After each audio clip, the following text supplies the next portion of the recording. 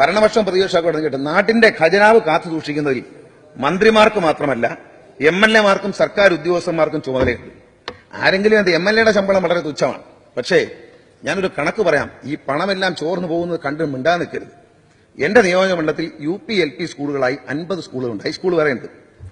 അതിൽ 15 സ്കൂളുകളിൽ മാത്രമാണ് 100-ൽ കൂടുതൽ കുട്ടികൾ പഠിക്കുന്ന സ്കൂൾ. ബാക്കി 10 എണ്ണത്തിൽ 50-നും 100-നും ഇടയ്ക്കാണ്. ബാക്കി 25 എണ്ണത്തിൽ 50-ൽ താഴെയാണ്. ശരാശരി 30. ഈ സ്കൂളുകളിലെല്ലാം അധ്യാപകരുണ്ട്. ഒരു സ്കൂളിൽ ഒരു കുട്ടിയും ഒരു അധ്യാപികയും. അധ്യാപിക താമസിക്കുന്നത് സ്കൂളിന്റെ ഇതുപോലെ ഒരു 3 മീറ്ററുള്ള റോഡിന്റെ അപ്പുറത്ത്. കുട്ടി വരുന്ന ദിവസം അധ്യാപിക സ്കൂൾ തുറക്കും. കുട്ടികളുടെ ആഹാരവും അധ്യാപിക ഉണ്ടാക്കി കൊടുക്കും. കഴിഞ്ഞ വർഷം 2 അധ്യാപകർ ഉണ്ടായിരുന്നു. ഞങ്ങളെ പഞ്ചായത്ത് പ്രസിഡന്റിനോ MLAക്കോ നാട്ടുകാർക്കോ ആ സ്കൂൾ തുറന്നു വയ്ക്കണമെന്ന് ആഗ്രഹമില്ല. പക്ഷെ ഒരു കുട്ടി ഉള്ളതിന്റെ പേര് തുറന്നു വയ്ക്കുന്ന ആ ധാർമ്മികതയോട് എനിക്ക് യോജിക്കാൻ കഴിയില്ല. അതൊരു ധാർമ്മികതയല്ല, നമ്മുടെ ദേശീയ നഷ്ടമാണ്. ആ കുഞ്ഞിനെ നശിപ്പിക്കുകയാണ്, ആ സ്കൂളിനെ നശിപ്പിക്കുകയാണ്. നാട്ടുകാര് ടിവിക്കാര് പലരും ചെയ്തു സ്കൂൾ അടച്ചു കൂട്ടാൻ പോകുന്നു. നാട്ടുകാർ പറയുന്നത് അടച്ചു കൂട്ടുന്നതുകൊണ്ട് ഒരു കുഴപ്പമില്ല, ഈ ഒരു കൊച്ചു പയ്യന് വേണ്ടിയിട്ട് ഇത് തുറന്നു വയ്ക്കേണ്ട, ഇത് ഏതെങ്കിലും ഓഫീസ് ആക്കുന്നതുകൊണ്ട് തെറ്റില്ലെന്നാണ് നാട്ടുകാർ പറയുന്നത്. ഞാനൊരു MLA, ഞാനെന്ന് കേട്ടെ 25 സ്കൂളുകളിൽ 30-ൽ താഴെ കുട്ടികളാണ് പഠിക്കുന്നത്. ഒരു സ്കൂളിൽ പഠിപ്പിക്കാൻ 4 അധ്യാപകരാണ്.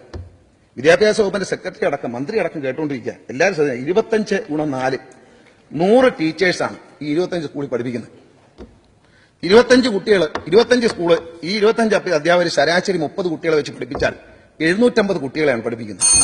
ഈ 100 കൊണ്ട് അതിനെ ഡിവൈഡ് ചെയ്താൽ 7.5, ഒരു അധ്യാപകൻ പഠിപ്പിക്കുന്ന 7.5 കുട്ടികളെയാണ്. ഇത് ന്യായമാണ്? ഒരു പ്രൈമറി സ്കൂൾ അധ്യാപകന്റെ ശമ്പളം 25,000 രൂപ മുതൽ 40,000 രൂപ വരെ പോവുകയാണ്.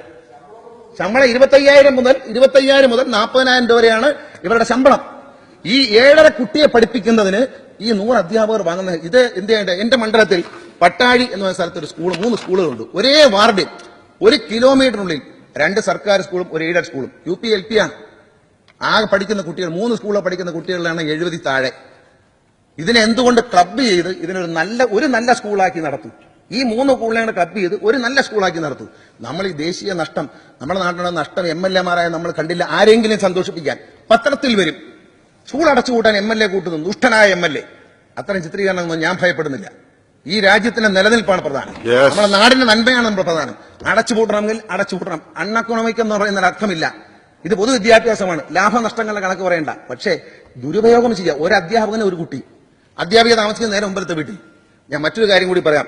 മന്ത്രി MLA ഫണ്ടിൽ നിന്നും അങ്ങയുടെ വകുപ്പിൽ നടക്കുന്ന കുഴപ്പങ്ങൾ കൂടി ചൂണ്ടിക്കാണിക്കാൻ ഈ അവസരം ഉപയോഗിക്കണം. MLA ഫണ്ടിൽ നിന്നും MLA അസറ്റ് ഫണ്ടിൽ ചക്കുവരക്കൽ ഹയർ സെക്കൻഡറി ഹൈസ്കൂളിന് വേണ്ടി ഞാൻ MLA